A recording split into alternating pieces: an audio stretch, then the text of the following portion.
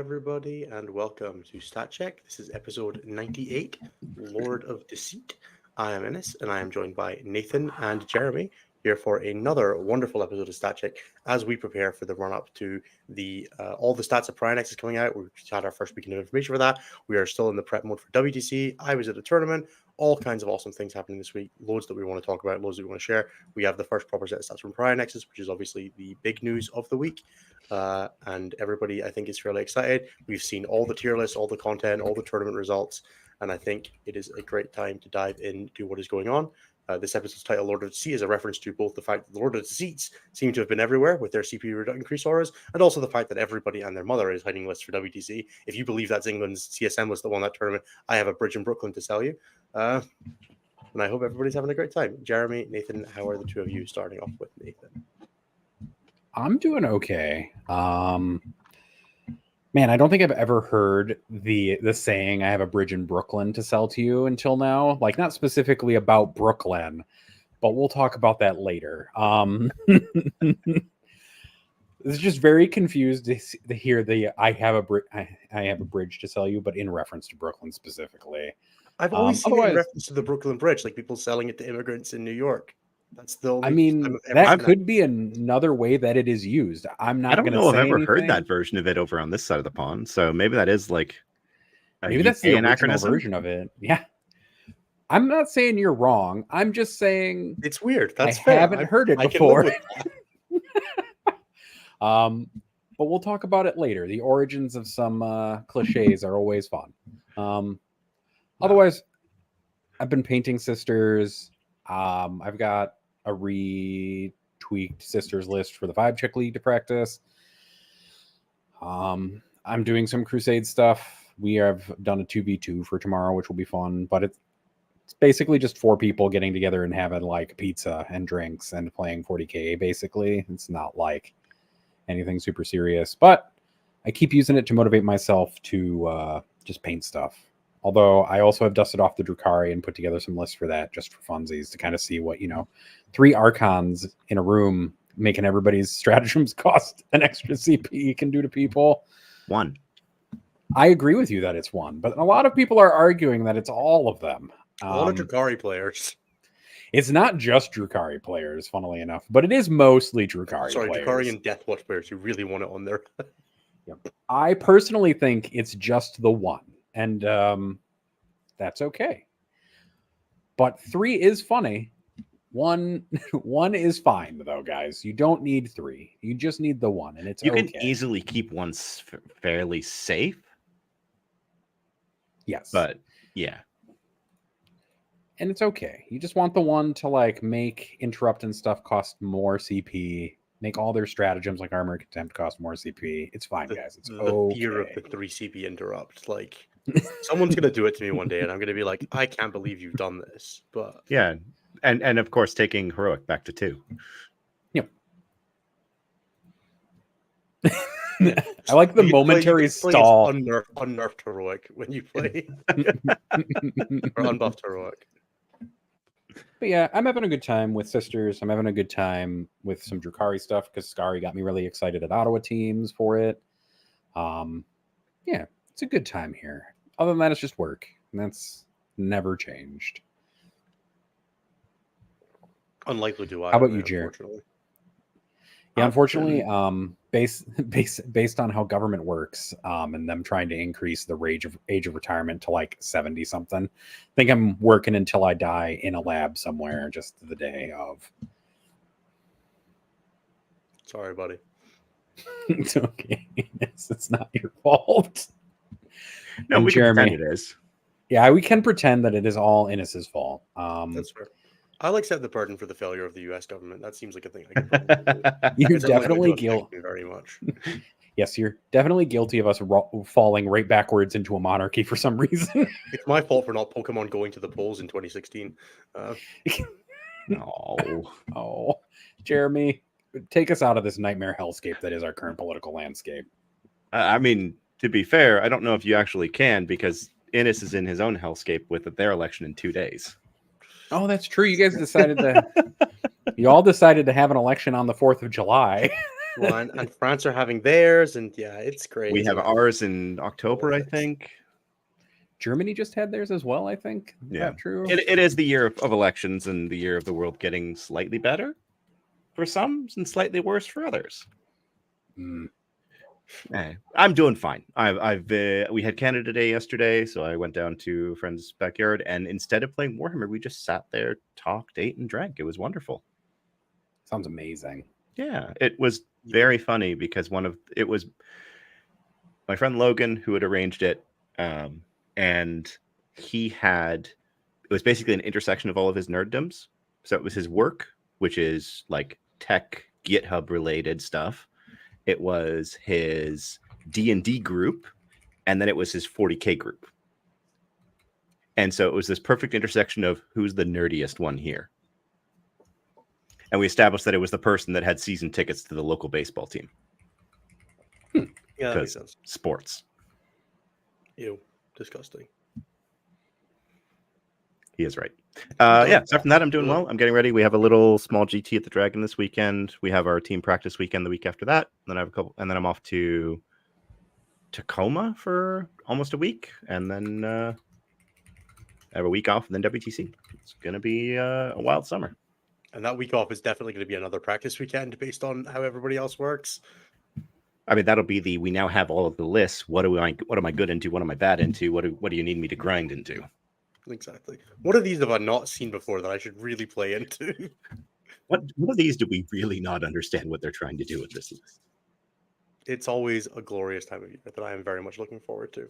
But with that said, let's move on a little bit to doing a bit of week in review. Has anybody done any 40K outside of that? Or am I just talking about my GT for a minute? You're just going to talk about your GT for a minute, bud. Hell yeah. Tyranids are really cool. And for anybody who was surprised by that, don't be. Tyranids are great. It was very fun running Tyranids at people and smashing them with a billion mortal wounds out of Molochs that could not be downy. Zonethropes the big guns never tire was annoying as it sounded. They never successfully got tagged by anybody who cared because they were like, well, why would I? It doesn't matter, which was great fun. Do strongly recommend doing that to people. I don't think if there's anything else that was really that cool. No, just play more Nids, guys. I played against 5 really awesome opponents. Played the Vanguard Mirror round 1, which was hilarious. Just seeing someone else bring out very different list. I played against 150 Termagants and Taken Hold, so we had both scored 45 primary by the end. Sorry, Taken Hold hidden supplies, so we had both scored 45 primary by the end of turn 4. Yep, we were all maxed out. And then I played into CSM with the Renegade Regis detachment, which was really cool, really interesting to see. Trying to play a very controlled game against them and having a really difficult time with it. But managed to pull that one out. Then I played into Sisters with the Army of Faith detachment. And my man, do I hate playing against double Exorcist and Army of Faith. That was really annoying. Did you fail 2 saves? I guess your thing's dead now. Just all over the board constantly. Not a huge fan of that. Innis, they don't have reliable 6s anymore. I'm sure they don't. Yeah, no, I definitely didn't notice my opponent having infinite them. It's very funny when you only roll 1s and 2s for the first 3 turns. I did enjoy having the sequence of going, are you sure you want to start using stratagems like Heroic Intervention and Armor of Contempt, or not Armor of Contempt, and -1 to hit while in Stormlord Aura? And him going, I guess I don't, and then him just dying. That was great fun. Game 4, I played into Votan, where I managed to just keep the Votan like at arm's length the entire game. The poor Dave was playing 2 land fortresses and resolved one of them at a Trigon once that was on a swim objective, doing 13 damage, and one of them a Death Leaper who was in combat and stealthed, who did not die. Dave never successfully got his grudge tokens for killing one of the 4 units he picked on turn 1. Brutal. That's pain. Yeah, I think he might have technically gotten them on turn 5 because Death Leaper died, but I think we were past the point of caring at that point. I mean, he would get it in his command phase if there was a turn 6. I got to do the really glorious one. Because we were playing on the WTC base plates, which are very similar to the GW ones for anybody who's not seen them. I had a situation where Swarmlord was behind a ruin and that was touching the board. That was just about touching the board edge, but not quite. So you could kind of sneak an angle around it for one model.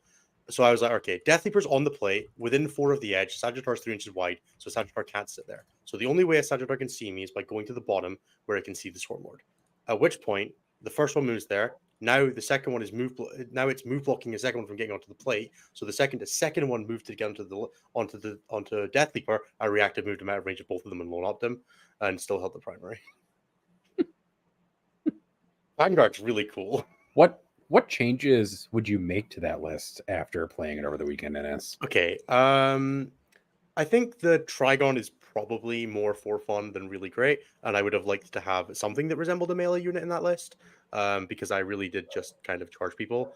I just balk at the idea of paying like 230 points for a damage 1 melee unit with a character that's on a one-way trip. It makes me upset. So yeah, I would probably cut like the Trigon for like, and like one other thing that I'm not sure what it is, for like 3 squads of 5 Gene Stealers to just be like throwaway units to go and like skirmish and things like that, because that was kind of what I felt like I was missing. But outside that, like the list was great fun. I really enjoyed it. Swarmlord versus a flying Hive Tyrant is kind of personal preference, but I like the Swarmlord because you can actually fight in ruins and tuck around a bit, whereas the Winged Hive Tyrant just kind of dies when it tries to do that. It's just a little too awkward. And the CP is a little more manageable with the Swarmlord for Vanguard, because getting 2 strats a turn out of the Winged Hive Tyrant is great, but the Swarmlord you can use anywhere, so you're a little bit less bald. You can kind of throw your Molochs away to different sides of the board and still use the strat on them for 1 CP, but you're getting extra CP rather than kind of needing them both to be within 12 of the Tyrant, etc., etc. So, swings and roundabouts. Those are kind of the changes that I would be looking at. Other than that, the Extreme Maliceptor Neurotyrant core was really cool. Barbgaunts are great. Just I significantly prefer them to gargoyles right now. Do you use them for just like actions, or are you using them to charge? Barbgaunts are a primary denial missile that sometimes kills some more spiders, and that's completely fine. They are significantly cheaper than gargoyles for the job now. Their job is to deny my opponent 5 to 8 points and laugh while doing it. And I like the fact that they occasionally live through random garbage where gargoyles just kind of die. Like, being able to go to ground with a Hormigaunt squad and have a 4-up save in the open is definitely actually kind of helpful, where the gargoyles just kind of evaporate. I've definitely had Hormigauts like live on an objective when they definitely shouldn't have, where gargoyles would have just gone away. Makes sense. I really like that list. I liked the idea of using Molochs to pop up and down and do mortal wounds to people repeatedly forever. And I played against Ynnari in the last round, and Ynnari did not have a great time with the idea of lone upping models stood on the middle in front of 3D cannons. So just like, you're just not going to take me off this primary. And he went, yep. And around about turn 2, he just kind of realized that if I push you, I just lose and don't score any points. And I went, yeah, probably. And he was like, so if I just sit in my deployment zone and take a secret mission, are you going to push me? And I'm like, no, I'm going to score 100 points in the middle, and you do whatever the fuck you want. So we did that, which is always a nice way to end out a turn when your opponent is just like, I don't really think I can win this. And I'm like, I agree. And then we move on with our lives. It always sucks a little bit to not get like a really big challenge game at the end, but sometimes your list is just built really well to take out another army, and it goes down the way that you think it should, which is always fun. Nice. Cool. Shall we move on to the stats? As before, We'll be doing the distributed plugs, so I'll be doing a little bit of plugs at the end of the stats section this week. I actually want to, before we hop into the stats, just address this question, because it's something that I've been asked a few times, and I'd rather not wait till the questions portion. First off, Thomas Martin, thank you very much for the $10 Canadian. It seems like most of Team Canada is from the Ottawa region or Southern Ontario. Is our selection biased towards player from the area, or is the rest of Canada just terrible at Warhammer? Both. There's 2 parts to the answer here. The first one is the majority of the players are from the Quebec-Windsor corridor in Canada. But the reality is that so is the majority of the Canadian population. We have on the team right now, and I was writing it out because as you asked the question, I often come back to this. We have 4 people who are from the Ottawa region. So there's myself, there's Francois, there's Zach, and there's Chris. Francois lives in Gatineau, so he's on the Quebec side. Chris lives in Lonsu, which is actually closer to, or Long South, which is closer to Cornwall, but it's about an hour from Ottawa, so I count it as Ottawa.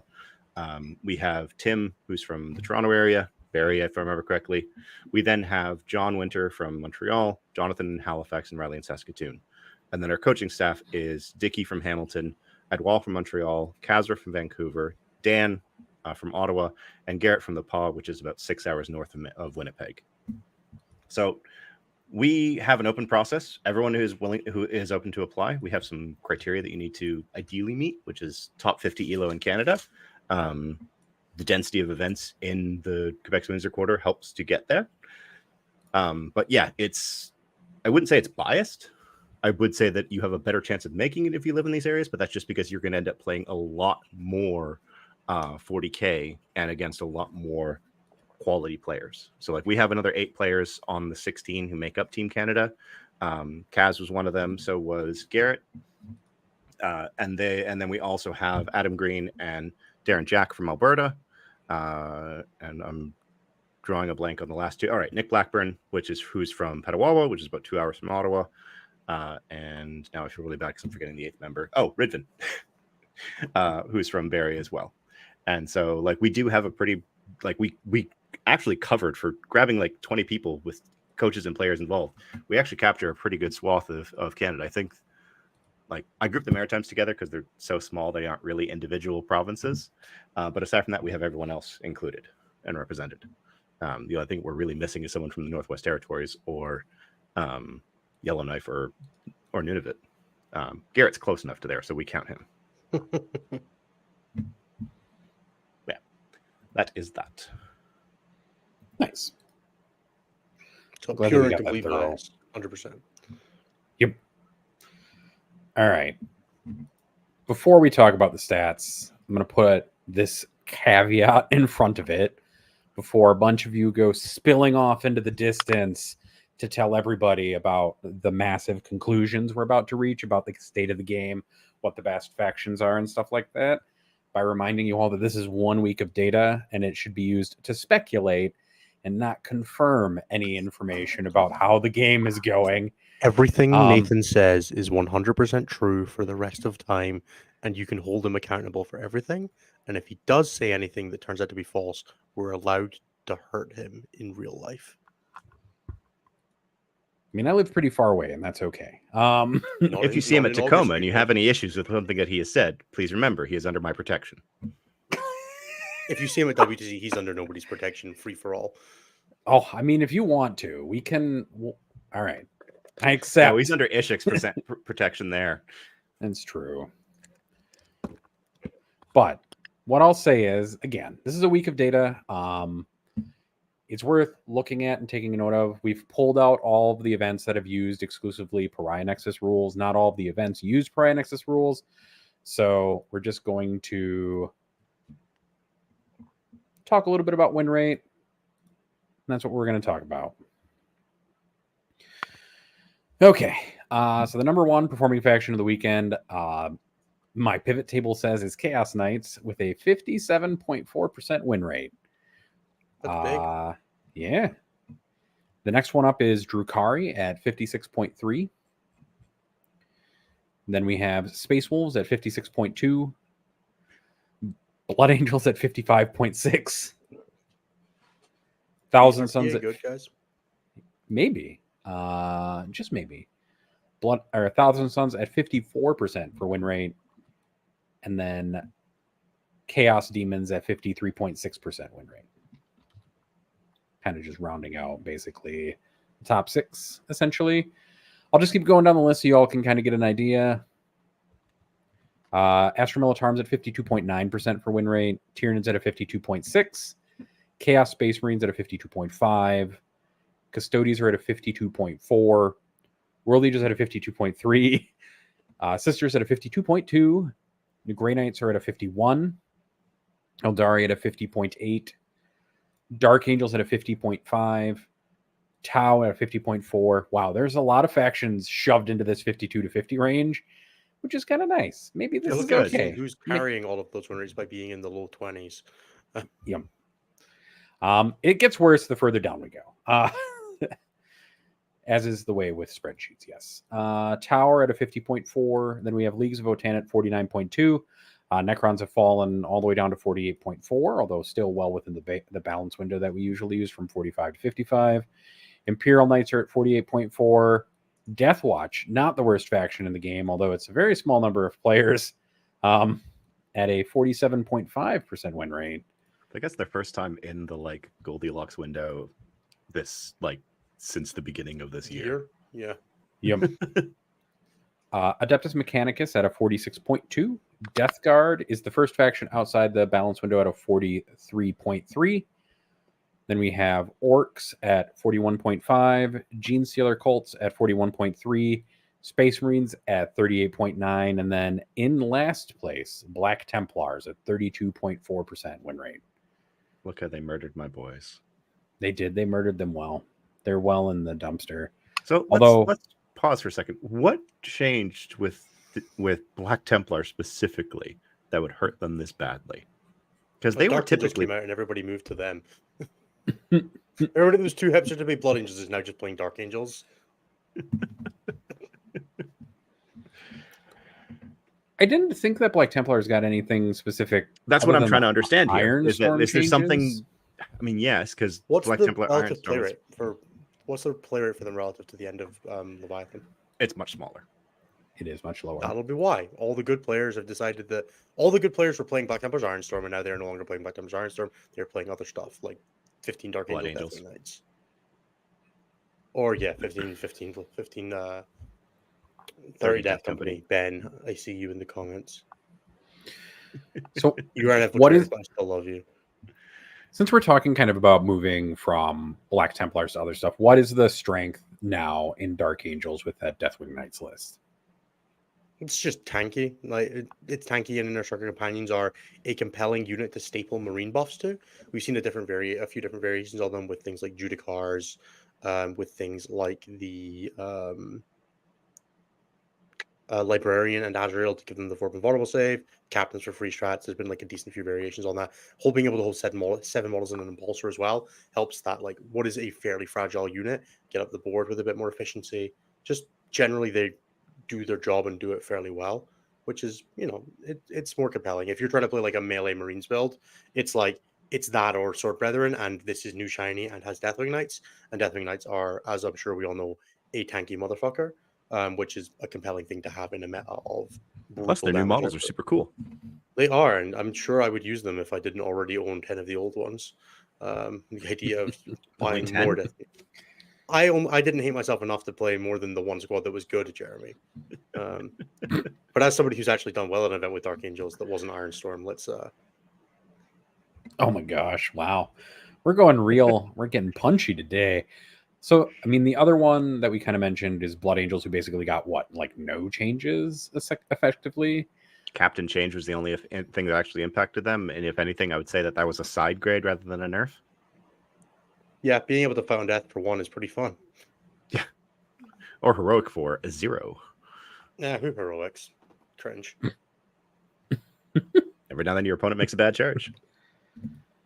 The only one that I think I'm surprised. In Canada, that's a thing. The only one that I'm kind of surprised by placement based on this 1 week of data is like Chaos Knights being at the top of the heap at 57.4%. Doesn't really make a ton of sense to me, but, such is the way of things.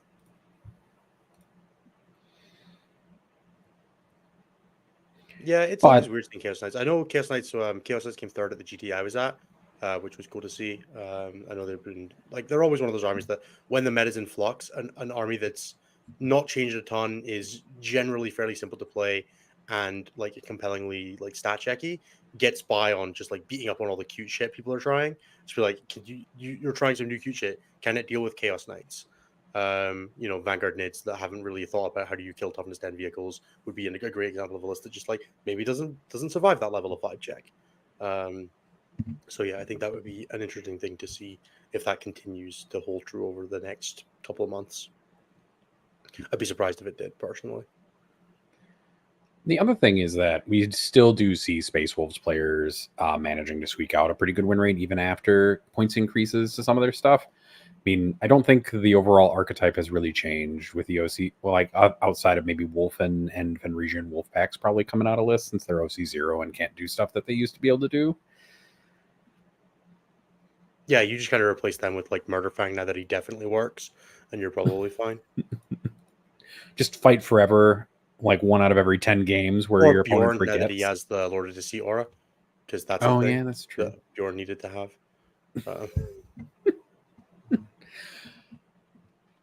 And then we have Custodes jumping from basically like the bottom to like the upper middle at a 52.4% win rate. Yeah, that one's a weird one. Is that based kind of like around a little bit and they won their first GT sized event of the year already. with null maidens, nonetheless. I mean, a lot of people have been saying that it was null maidens, but stapled together with tanks and Canis, but it was still null maidens, and you still need to accept I that. mean, it had null maidens in it, but yeah, sure, it was Telebons, Caladius, and Canis, and then like Yeah. some null maiden models. The but, damage like, was all whatever. non-sisters, and He then the did it. sisters were there to use their data sheet ability, their detachment ability to fuck with people. Do you know what? Hmm. And he pulled it off, and nobody else was. So power to him. I'm People wanna looking forward to complain that seeing it's many not a copycat Custodes lists army. that fail utterly. Yeah, if people want to complain that it's not a sisters army, then go out there and win one yourself. It's fair. I mean, I guess the only major change is the consideration of dev wounds as mortal wounds, right? For the feel no pain purposes against mortal wounds that a bunch of the sisters units now have and can Yeah, spread 'cause they have a about 3-up in null against it. maidens. Right. That's kind So it of does make them a lot more durable against some of the random small dev wound stuff that people put in, or like the flamers from Bringers of Flame in the Sisters attachment, where they can spawn just mortal wounds en masse on people via dev wounds. I mean, you just don't use the strat, right? Because you're doing the same flamer.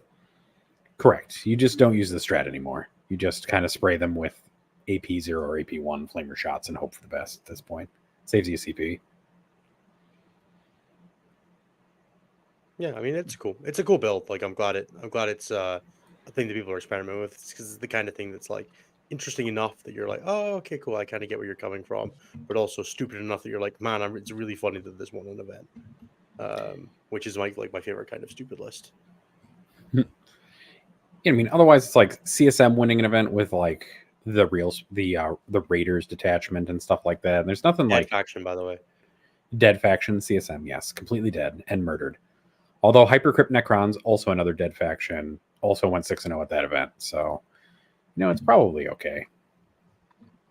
That event, the boards were interesting. I'll give them that. They were Interesting. very light heavy. They had like insane staging and also incredibly open objectives, which is a really weird combination. But also one that like mid-range shooting armies kind of love, right? I can get all my stuff where I want it to be, and anything that you try to stand out just dies. Yeah, they had woods on the tables, like actual genuine. This provides cover if you shoot through it woods. So, yeah, interesting event. I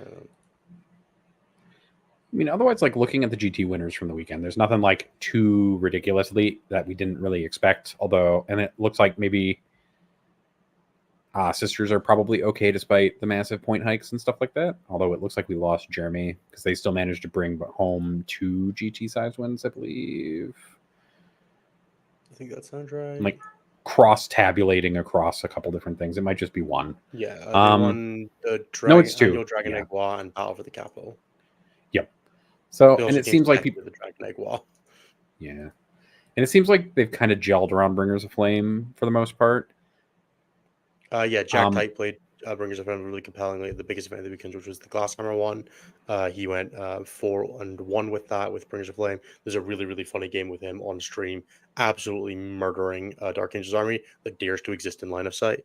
Just like, how dare you be on my table in vision? And it just into the wind. It's quite funny. And just so people know, Jeremy's computer is just having a problem, but we'll figure it out and get Jeremy back so you can all have your Curie takes that you all are waiting for. Otherwise, that was a list that took like a bunch of Dominions, wasn't it? Yeah, it was like 30 Dominion, or 3 Emulators, 3 Castigators, and then like 20 Seraphim. Just mass shooting bullshit sisters list. Just very compellingly interesting army.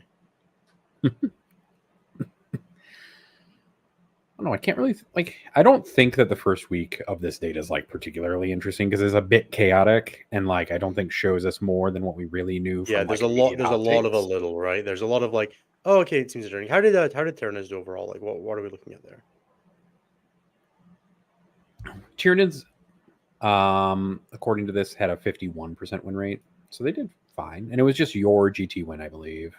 Mine, but a lot of 52.6% win rate overall for the weekend. Someone, I think it was Reddit, said that the Tyranids had the most 4-1s of any faction this week, which is kind of nuts.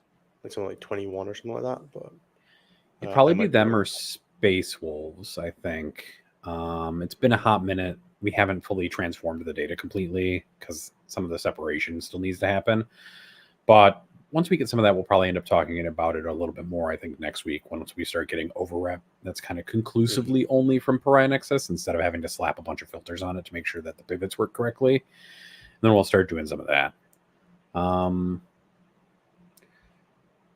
yeah, Tyranids, it looks like kind of leading the way in some ways post slate. And a lot of people using that Vanguard detachment in order to kind of pull there that was a power decent through. amount of actually a really decent spread of Tyranid lists this weekend. I was kind of I was watching the 6++ show on, they do a Tyranid watch every week, which is how you know that they're real Tyranid players, not like me who just plays them when they're good. Where they were going through like all the lists in the week, and there was like an invasion fleet list that did really well.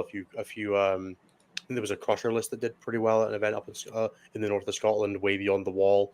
There was obviously a bunch of people playing Vanguard. As always, like there are a bunch of us in the UK that are like good players that when NIDs are good, we're like they're our first choice, and like three of us went back to it between myself, Nathan Roberts, and Matt Robertson, where we were all who are two of the Team England guys, obviously Nathan of StatCheck as well, where we all just were like, "Ooh, Tyrion, it's shiny," and our heads just kind of swiveled back to them. And we're like, "I can hyper focus on this again for a bit." So yeah, that was cool to see, which definitely cannot be hurting the stats and will not hurt development of the army. It's always one of those things where when you have one of those like mid to upper tier armies, one of the biggest things you can have in terms of like a faction's growth and development is having like a core of top players who are advocating for the faction, being like, this is genuinely good, worth playing, and developing lists for it. And it's why sometimes stuff like AdMech, which we saw get very reasonable buffs in the data slate, going like from terrible to still terrible, because who's exploring AdMech lists and who's playing them that people are looking at and watching and seeing? Like, it's just not really a thing that's happening right now, unfortunately. So I think that's always a thing to keep an eye on when you see factions like, Tyranids. A lot of people have Tyranids. Leviathan happened this year, obviously, where everybody is now like rocking a bunch more Tyranid stuff than they would have been otherwise, which does mean that they're a faction that tends to have a higher play rate than others. Right. And yeah, like it's really hard to overstate having somebody at the top like quartile of Elo play, or even like in the top 50 of Elo play, who's innovating and supporting a faction and kind of like pushing list design forward, because it's a lot harder to design lists and like share it with a community if that community doesn't exist to give you feedback on it. And if you don't have some of those people kind of pushing innovation, it's like a struggle to keep that faction competitive sometimes, or to find the competitive kernel. Like there's a lot of things that you can get by suddenly like 5 of the people who play the most 40k in the world just playing the most 40k in the world with the faction that you love the most. 19 games in the last 6-7 days. What's not to love? Playing Warhammer all too much. It sounds more like if you'd played a 20th game, you would have quit Warhammer and gone off into the hills beyond the wall in Scotland. No, my 20th game is tomorrow at 10 a.m. So I have 11 and a half hours before my next game of 40k. So it's all good. We're cool. We're chill. It's fine. Everything's fine in us. Everything's fine. Everything is okay. Why don't we talk a little bit more about Tyranid stuff then, I guess, as long as we're on it. Like +1 strength was the biggest change in my mind, like initially, but there has to be kind of like a little bit more going on under the hood there. Oh my gosh, Jeremy's back. Jeremy's back in lo-fi. He'll get hi-fi eventually. Your camera's You're like currently 240p. I don't know how to explain it, but you look low resolution. Better? You look like No. you look like a PS2 graphic. Oh my god. You look like a PS3 graphic now, but that's okay. That's better. That's close enough. Yeah, I mean, like obviously the big headline for Tyranids is the +1 strength in the +1 strength in melee buff, but it's actually it's a good change. Don't get me wrong. It's probably the least impactful of like the things that you can build a list around now, because while it's a thing that affects everything you run, the Vanguard Invader changes and the Neurotyrant being able to join Zonethrope changes, as well as a few of the other little ones, are like you can build an army around them with the explicit goal of exploiting the fact that that has changed. Whereas the +1 strength is just like a passive benefit that you kind of like, you feel it when it comes up a little bit, but it's not like you're not suddenly like running a unit you weren't going to run just because it has +1 strength, if that makes sense, because the +1 strength doesn't come up all the time. But being able to run a Neurotyrant and a Zoanthrope squad, or having the snakes, being the Trigon, Moloch, and Ravener, affected by the Vanguard Invader stratagems, is it's a core concept that you can take and develop to the tournament viability level, right? Here is a thing that I can exploit to try to develop matchup advantages in matchups that I think are going to be difficult, and then you can use your resources to focus on the ones of them that are great.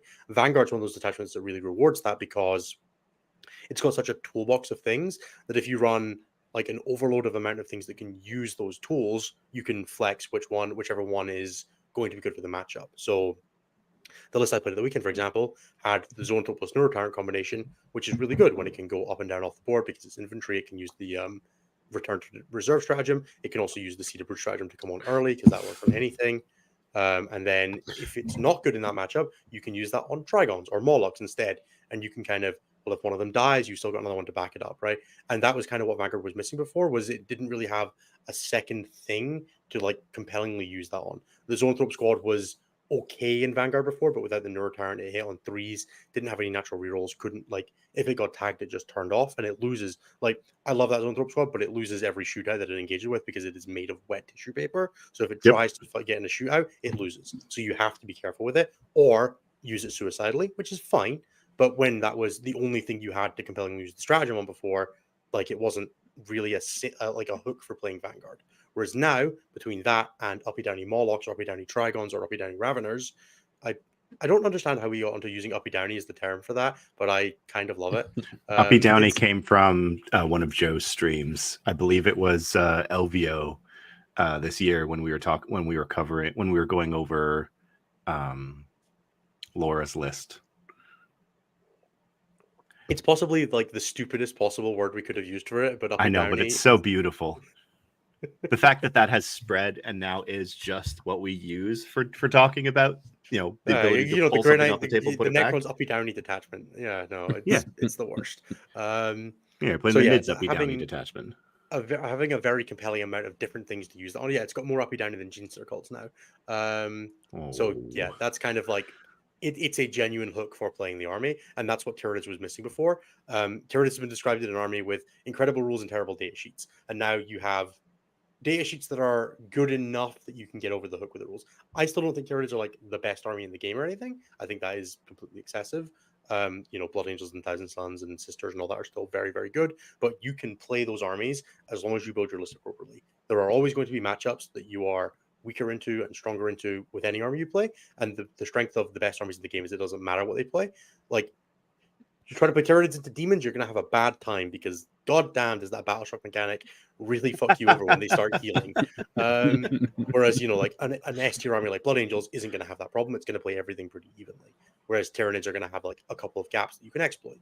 But that makes them interesting and compelling for different reasons. So I think Tyranids are in a really good spot. If you're interested in playing them, give them a shot.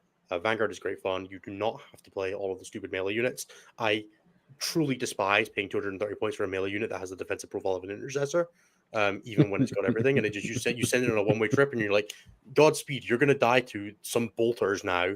I hate it. So I just was like, not running any of that. No Broodlords, no Warriors, no Raveners, no Von Ryan's Leapers. As much as I love the models, I'm just gonna play shooting and snakes and lone ops, and it worked like a charm. It was great. You could 100% run some of those units. Like, the list is by no means complete and by no means finished, but it was a really cool singles list that never felt like it didn't have play in any game it was in. And that's all I was really ever looking for out of Tyranids, was the idea that I can play a game and feel like I'm playing a game with my opponent.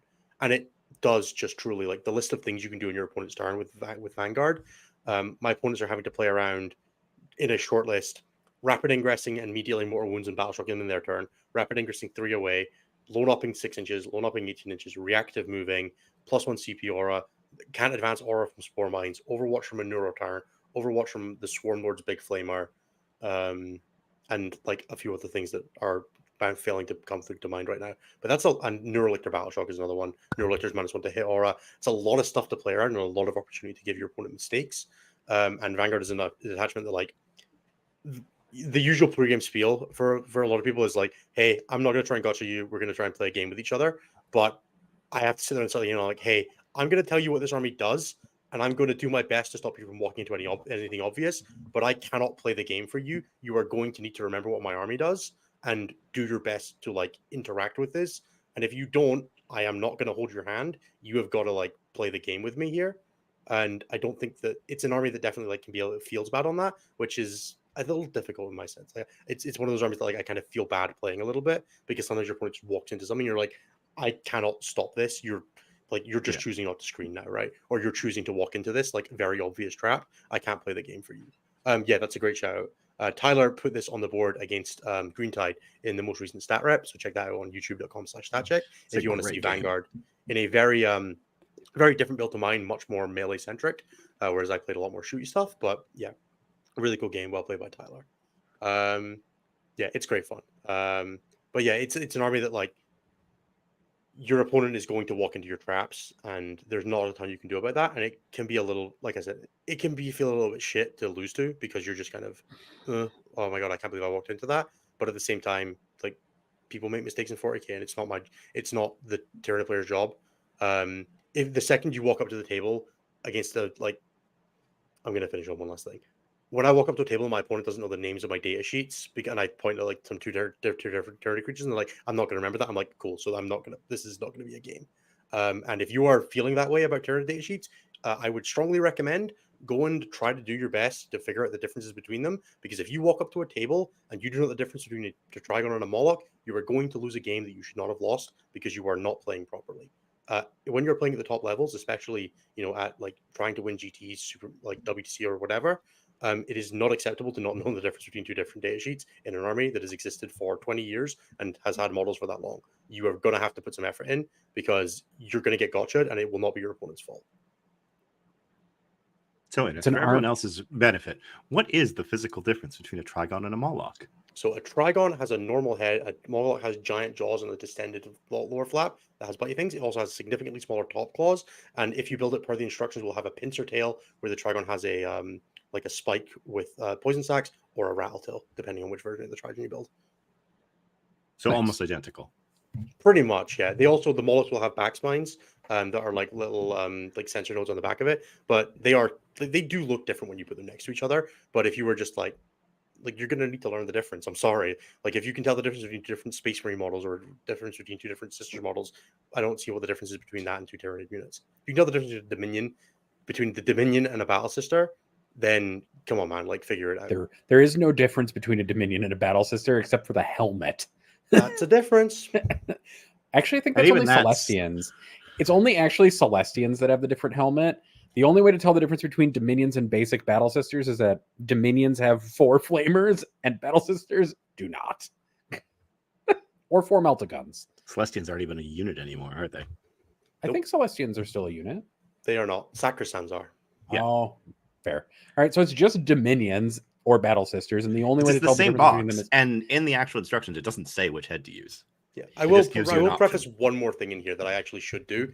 Yeah. Tyranid players, run your models the right models. Do not play a Trigon as a Moloch, etc., etc. All you are doing is perpetuating the stereotype that nobody knows what Tyranid models are. Have your shit be WYSIWYG. It's expected of everybody else, and it should be expected of you as well. My Trigon was definitely missing an arm this weekend, but he was a Trigon. As long as we're on the Tyranid trap topic, like you've laid out this field of rakes, and your opponent is bound to walk onto a couple of them, what are some of the tricks that the Tyranid army is going to use against you that maybe you should know about? Just like briefly. I just went through a list of them. No, we're gonna go through again, buddy. I want you to do it again, okay, but in a more cogent, thoughtful way. So, Vanguard mostly has like a couple of specific tricks. One is obviously it's a very good user of rapid ingress between the Trigon, who can rapid ingress 3 inches and is a very compelling melee unit with fallback and charge, advance and charge. That's really obnoxious to have show up either on an objective or in your backfield. It's OC4, very annoying. The Moloch can rapid ingress and do mortal wounds to out of sequence because it just happens when it deep strikes. So that's on a 2+ D3 mortal wounds to anything in your army. Coming up outside within 12 of the Moloch when it deep strike is outside 9. It can hit multiple units. If it rolls a 5 when it does that instead of a 2-up, it also makes you take a battle shock test and flat 3 mortals. It is very, very possible that your screening is ruined during your own movement phase after it's too late to fix it, or that your unit that was planning on doing homers doesn't get to do it anymore. So try to make sure you have redundant options for that. Don't screen with single models that have 1 wound left. It's going to die and you're going to feel bad, and it's your own fault.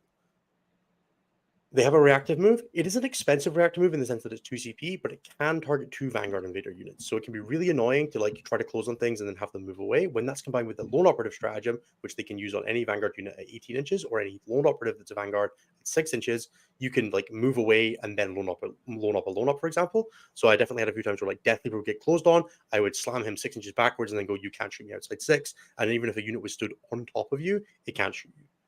So very, very good for keeping those units alive. It's a 2 CP stratagem and a 1 CP stratagem, so it's not super free, but definitely a thing you'll want to play around. There's also a stratagem called Surprise Assault, which is basically when you select a unit to fight, you just pick a unit on the board and it takes a battle shock test, and then it also does some shit with +1 to hit that doesn't matter, but it's very good at just forcing battle shocks out of phase. You've also got things like Neurolictors, which are going to stand within 12 of objectives and say, you take a battle shock if you're within 12 of me in my command phase, so they're very good at flipping primary if you're not killing them. You've just got to like, if you're going to go for something, go for it. Don't half commit. Don't undercommit. Make sure you're screening appropriately. And like at the end of the day, they are still Tyranid data sheets. If you close on them, they will die. The army is not durable. There are a couple of durable models, like the Maleceptor specifically is quite durable. The Hive Tyrant or the Swarmlord can be durable in the right circumstances, but they are broadly toughness 10, 3-up save, 14 wound monsters, or infantry with paper saves. If you can get to them, they will die.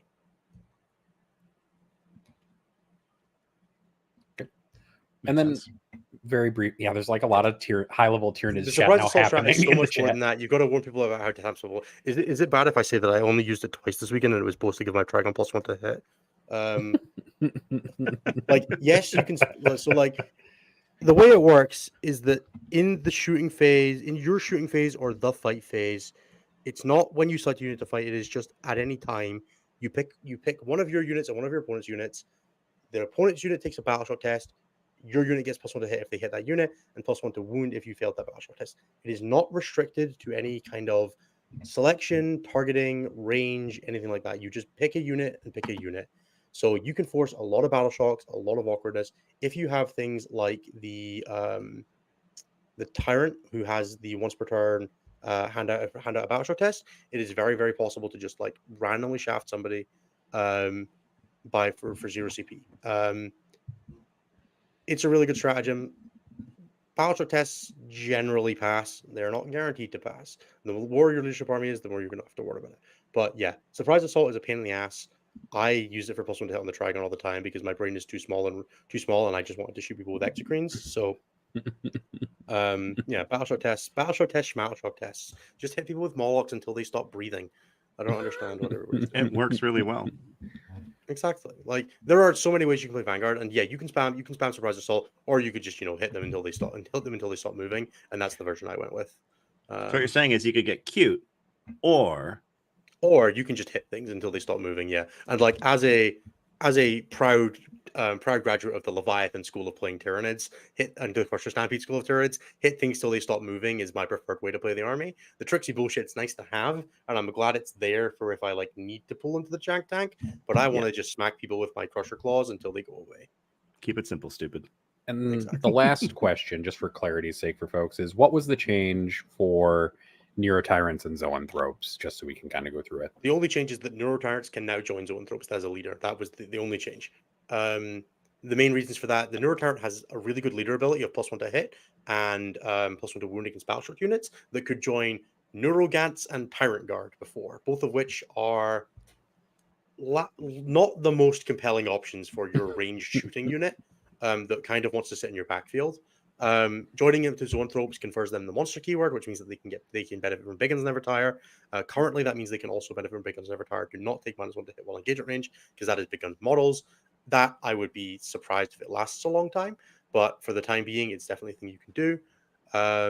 And yeah, that's good in basically every detachment. It's a really cool invasion fleet, giving them sustained hits as well as the lethal hits. It's quite fun in Synaptic Nexus, where they have access to fall back and shoot and reroll once to hit and wound.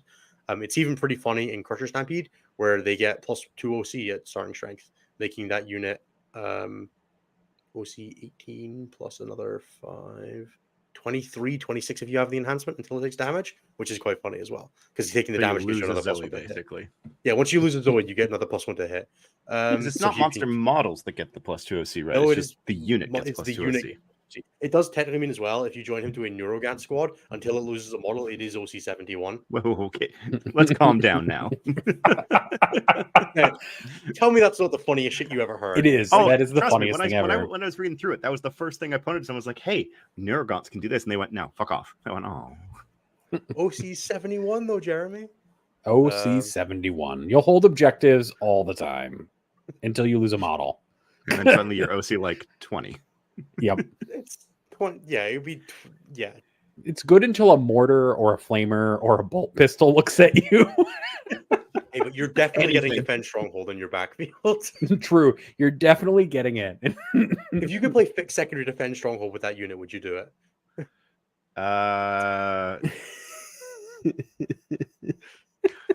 If we'll give it the old Deathwing treatment, it has to be the same unit all game long. Yes. Don't get overwatched by checks notes. Literally anything, because a single bolt pistol rolling a 6 kills that Neurocon. But you have to consider, if they kill 12 of them, you're +1 to wound for being below half strength now. Yes. Now you wound Marines on 4s. Excellent. Up. I think they're strength 3 base, so they're strength 4, which means they're +1 to So wound. 3s. Yeah, 3s. They actually I might be strength apologize. 2. I have no I idea what Neurogants apologize. do. I have never had a don't- Neurogant squad resolve like anything besides a die. A Neurogant should never be in combat. Let's not lie to ourselves and say that's a good They are idea. strength 3. Ooh, ooh. Woo! Yeah, they're going to wound those Marines on 3s. Good job, With their Neurogants. one attack.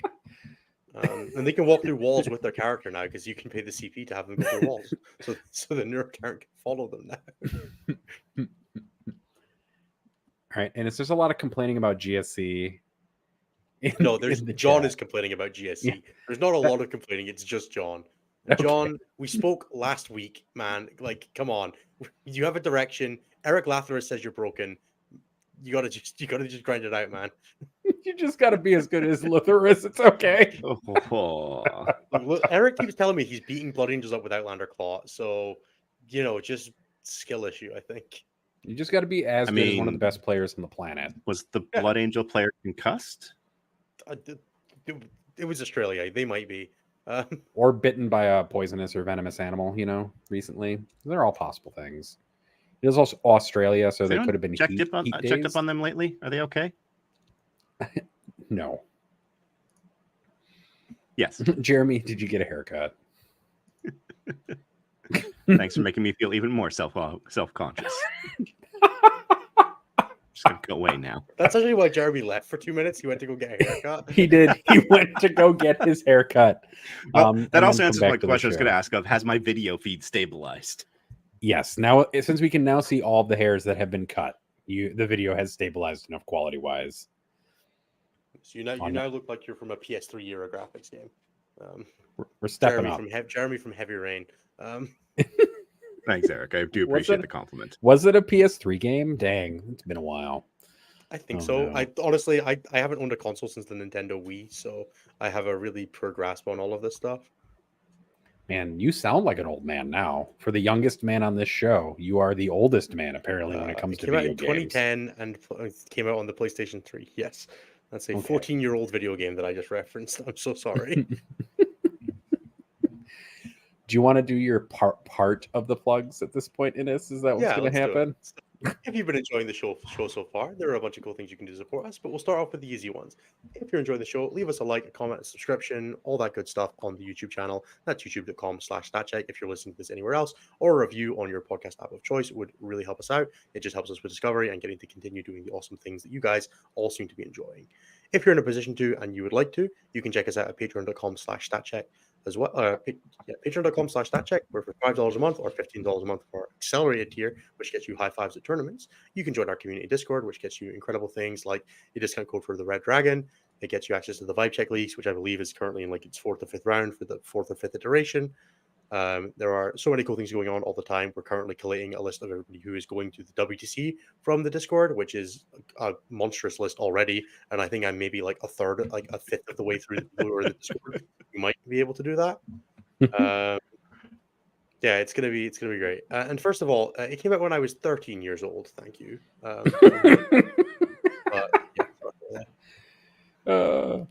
love it. I love that everybody's getting kind of psychic damage from learning how young Innis is, but Innis isn't even the youngest top-level competitive 40k player anymore. Oh That's no, what not really... even a little No, bit. the Liam's a TAC few guys years have younger than surpassed me, him. Yeah. Yeah, Ooh. Liam's Oh. younger than me. And... Ooh. Look, we got some Americans that did it, and we also have some Europeans that did it. It's fair. I guess Innis isn't even European anymore, so. Barely. Well, I mean, we really tried to be. Where were we? And yes, John, Sunday is last week. It's Monday morning is a new week. That's how this works. But I think. yes, actually, it is called the weekend, not the like bridge John, between. you were on weeks. last week's coaching calendar. That's how this works. Oh no, my calendar goes Sunday to Saturday, just so everybody knows in Outlook. So it's Sunday to Saturday. Liam is younger than me. Yes, Liam VSL. I think he's 23, 24, something I like don't that. know. It hurts. It just hurts to think about. Not Did as we bad get as through it in 5 years. Not as bad as my knees hurt every morning when I wake up. Did we have any more plugs? We got real tangented there, or do we want to move into something else? No, that was just the two. Patreon and YouTube. I'll do the other shows, and then I'll do the coaching, and I'll do the sponsors. Liam is 23, by the way. Liam is 23. Yeah, Nassim, I think, is the same. Might be 24 now. I mean, forget. Nassim definitely acts younger. Nassim's had a real job for a while. Yeah. Interesting. All right. Look, it just means that we're like only a couple of years away from the next generation making Liam and Nassim feel old. So yes, I'm all for this. There we go. All right. So I guess I should do questions. Yeah, I think we'll be having a normal 35-minute, hour and 30 show today. Wouldn't that be? Oh my gosh, that would be magic in some ways. All right. The only way to get your questions answered on air is basically to put them in the Patreon Discord. That is how I'm going to find them. I might find them later if somebody stars them from the YouTube chat or if I see them. The other way to get them answered is if you super chat on YouTube. That will get your question answered no matter what as well. So either pay us $5 a month to ask us questions, or give us like $1 in the super chat fund and we'll answer your questions guaranteed. All right. First question is from John. Generally speaking, how do your teams explore the 6/7/8 for army choice /SKU ideas? Thinking back to 2021 and the Aussie GSC list being pulled out of left field when it wasn't a new codex or really a broken rules interaction. At great length, I think, is the technical description. We bash all the things that we think are kind of viable into the things that we know are viable and see what kind of like falls out of the woodwork as being something that's underexplored. And then you kind of just explore it a little bit. We do a lot of scrims where we don't take the two best factions because we know what they're doing, and then we'll jam four versions of our 7th and 8th lists to just try to see which ones feel best in pairings and all that kind of thing, as well as doing them for internal practice and all that kind of thing. Resulting in a lot of us playing AdMech, which was really cool. Jeremy, I don't know how you guys do it. Yeah, there's a lot of smashing things against the wall to see what fits. Like the first, I don't know. It varies year to year, but like the first 4 tend to fall in place pretty quickly. This current meta in Pariah is a little bit better understood than last year. But also a hell of a lot. We had the rule edition for a week this time last year. Look, Pariah is a whole new world. What do you expect? But no, but it's still less like well known as compared to Nephilim, for example, where like we had like a very mature edition that we were working with 2 years ago. But yeah, like the first 4 slot in, and then after that, it's basically a mix of who do we have players for factions. We generally have 2 or 3 factions per player that they can swap around to. We've made the mistake in previous years of switching players around a little bit too much. We wanted to avoid that this year, partially because then we can go after them if they aren't putting in enough practice games with the faction that they're supposed to be playing. But yeah, it comes down to like who has like model availability is never an issue over here. But in terms of like who can physically play the army can sometimes be an issue. It's very rare at this point, 2 weeks, but less than 2 weeks before list sub that we would want to switch someone on the army that they're working on. God, I wish. I mean, we still ended up doing it last year twice.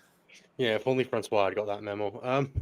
Look, you could have told us about Dark Angels. I could have. Yep. If only you weren't in America's practice group instead of ours. We weren't in their practice group last year. Yes, you were. You were still scrimming them last year, right? We scrimmed them once. You were scrimming them like a week before the list deadline. Yes, that is true. So, like, come on, what was I going to do? Say, don't tell Anthony this. Nah, I can do that. Too risky. It would have been Puma funnier. would have had me by the neck. All right. Truman asks the next question, which is, as you have all played through the new mission packet, any terrain layouts that say they are recommended for a mission that you really don't like actually playing that mission on? Oh, so this is asking about the GW layouts for Pariah. Correct. I have not played on any of them because I'm in pure WTC prep mode. There's one that's really ass for sweeping engagement that I played on with a client. I think it was don't map play sweeping. 3. It's fake. Yeah, I know, but it's one of the recommended layouts. So I tried it, and it was the worst. I think it was map 3 for sweeping engagement. I can't remember which mission it was, but it was just like everything was completely in the open, including the middle and both side objectives. It was like a WTC light board with nowhere to deploy. It Nice. was horrible. That sounds like but that's kind of like saying Dawn is a recommended layout. Let's just not. Sure, I'm sure everybody at GW Tacoma is allowed to opt out of playing the missions that they tell you to play. Might not be in there. Might not be. Yeah. I will say though, from the WTC perspective, tipping point maps need a lot of work. We're trying to get some feedback to the organizers. I think everybody's a coward, and those maps are fine. And I mean, I've had a fine time on them, but that's also because I just adapt on the fly. But there are definitely some. There has been enough vocal issues with it that I tend to agree with. I think people just want to play. People just want to play the same map variation from Hammer and Anvil with the new layouts, and not actually have to think about playing the game a slightly different way. It's okay that there is one round that is the lightest of the boards and heaviest in some ways. It makes very interesting pairing decisions. It's round 2 and 3 of the group stages. Exactly. Grow up. Yeah, it'll be interesting. I think that there are improvements to be made. And I appreciate the effort that people like Team France are putting into it, to getting like some like actual concrete suggestions, because I'm lacking in them. Yeah, I got asked for feedback on the maps, and I kind of like gave some that solved the obvious issues, but I did send a few notes. I was like, I would like this to change, but I don't know how to change it on short notice, and I recognize that you want to get these out, and we just kind of didn't do it.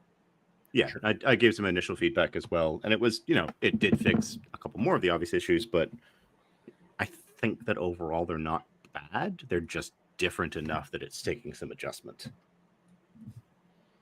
Yeah, I think people are very, very eager to not go through change. People scared of change, not even once. I don't know what you're talking about, Ines. I will say that some of the GW maps do look like they've created a center dead zone where just everything that enters that zone dies. But that's a problem with a lot of maps. So, that's okay. The next question is from Mark. Today, Art of War did their tier list and put Blood Angels, Sons of Sanguinius in S tier. It was the only S tier ranking this time. Do you agree? I'm having a hard time accepting that the army is currently sitting in a slot reserved for broken armies, like pre-nerf Eldar, pre-nerf Necrons, etc., etc. Are BA broken? I certainly don't think so. I don't know if I would necessarily classify the S tier as the broken armies all the time. It's just that that's what we've had for the last couple years. Yeah, I would say Blood Angels are compellingly the best army in the game because they have I would say an army is hits S tier for me when it has no matchups that are worse than 60-40, and Blood Angels don't have matchups that are worse than 60-40. There are some matchups that are bad that you are fairly reasonably likely to lose because they're just difficult. I would say Eldar MSU is a very difficult matchup for Blood Angels, and then Thousand Suns is generally traditionally pretty hard. And those matchups can be difficult, but they are still winnable. Whereas when you play some factions, you're losing matchup is you might as well not be here for this game because you're just going to lose and it's not going to be interesting, compelling, or fun. And I think when you are an A-tier army, you probably have a couple of matchups that are like that. And when you're an S-tier army, you maybe have one or you have none. And that's the difference for me. And I think Blood Angels are probably the only army that right now for me meets that criteria of having at most one matchup that I would call really bad, where a lot of the other ones have a few matchups that you're I could see myself losing 3 or 4 matchups a lot of the time, or one matchup horrifically, where Blood Angels don't have that. So yeah, I would 100% agree. And I think Blood Angels need to be toned down, just straight up. They are too powerful as they are. Death Company are absurd. I do think that tier list is a little weird just from my perspective because not everything can be in an A or a B tier army, but everything apparently in their tier list is basically an A or a B tier army. But, it's fine. Everything's fine. Well, it depends on what you classify as that B tier. You could actually put most of the armies in the game right now in B tier if B is just adequate. Yeah, I think that's I have like with some additional stratification. Yeah, I just feel like there's a point where your tier list is just a list of the factions in the game, like at a spot. Yeah. And that's you where can do the relative within those. It's just a question of like, is it actually that this faction is, okay, like if we do it from a stats perspective, these two, we always do the like top 10, bottom 10 categories and all that. But then you look at it, it's just like, then you just have like if every single army is the like one's in the top 10, one's in the bottom 10, and everything else is average, all the armies are the same effectively. Right. Most of the armies should be in whatever the average tier is. I have a disagreement more with if A is like the average power level tier by being only a couple factions below it. I feel like there's a nuance there that is escaping when you stick too hard to the like letter grade tier system that we've kind of set up. That I 100% agree with. And also like what is average in terms of like a letter grade? Correct. That is also very different depending on where you are, guys. Is it an A? American is it a B? Is it a C? Yeah, and like what kind of percentage are we really at? Are you really organizing all of your armies by their ranking within that tier? There's a lot of things that go into that stuff. I personally think if your tier list is 1 S tier, 1 C tier, 1 D tier, and the rest are an A and B, that something is kind of a little functionally wrong with your tier list. You probably could have done a better job of sorting them out. I will agree with that. Correct. Ideally, everyone, like 75% of the groups are in your whatever your average grade is, which I think is a B-. Correct. All right. We're going to go on to Sam's question now because I've kind of slammed at the idea of tier lists being like an actual utility thing instead of being a yes. Tier lists do exist to drive conversation and to drive watches, clicks, and other things. Not to be correct. It's true. That doesn't sound right. We would never do that. We're significantly above that. Yes. Sam Lemon asks, recently on Art of War Down Under, Nathan Roberts talked about the GW Balance team focuses more on ensuring that the average gamer has a good time with the game than maybe ensuring it's the most balanced at the tippy top. The question is, do you think this is the correct approach? I personally think that it's better if you approach the majority of your player base. Like, it's good that it's balanced at the top, but I think people tend to forget that competitive 40K is like maybe 10% of the games played total, like at events, whereas like the other 90% is played by people kind of at home, right? Or in their garage. We're or in also the people leagues. who are most equipped to just deal with it when it kind of sucks. Like, if the game's not great right now, I'm just going to change armies. It's okay if it's not that great for me right now. I'm not the person that needs to be sold on 40K being a fun experience. Like, I'm happy to whinge about it, and I hope that change happens as a result. But, it's not the end of the world if I have a kind of a rough time for a couple games. It feels very much like this is what they've been doing. And, I mean, it's since we always talk about stats as an aggregate, it seems to be working. There are always going to be the couple of armies that do exceptionally well in skilled players' hands, but I don't think that's something that you can necessarily address without hurting the players that are also running that army at a more average skill level. Yeah. Like a perfect example is Vanguard Tyranids. Everything that you were talking about them earlier in this is something that very much rewards high-level skill play in terms of setting up those traps. If you take some of that away to punish someone like you from abusing it, not saying that you're necessarily abusing it, but from like playing it well, using it, then that's going to hurt the people who are at a more average skill level who are doing, fine with the army or losing horribly with it. I don't know where. And I mean, like there are ways to nerf an army at the top level without necessarily affecting it for everybody as well. And it's always much more compelling when those kinds of changes happen. And that tends to be stuff like hitting edge case mechanics or units that are being spammed but are kind of fine in one case. Hitting like small points on a unit that people play, one or two of casually but play a lot of competitively is a great change, right? Yep. Nobody was really spamming, 3D cannons casually. But if you hit them for competitive players, it's probably only really hitting competitive players. Yeah. Like, that's why you can increase the cost on a D cannon by 10 points, and your average casual player won't care because his one D cannon now costs 10 points more, whereas the competitive player was running 3 of them goes, well, fuck, now I need to think about what I'm putting in my list. And I will agree with Bojangle. Yes, when I say competitive play is just events, what I'm really talking about is that like competitive is,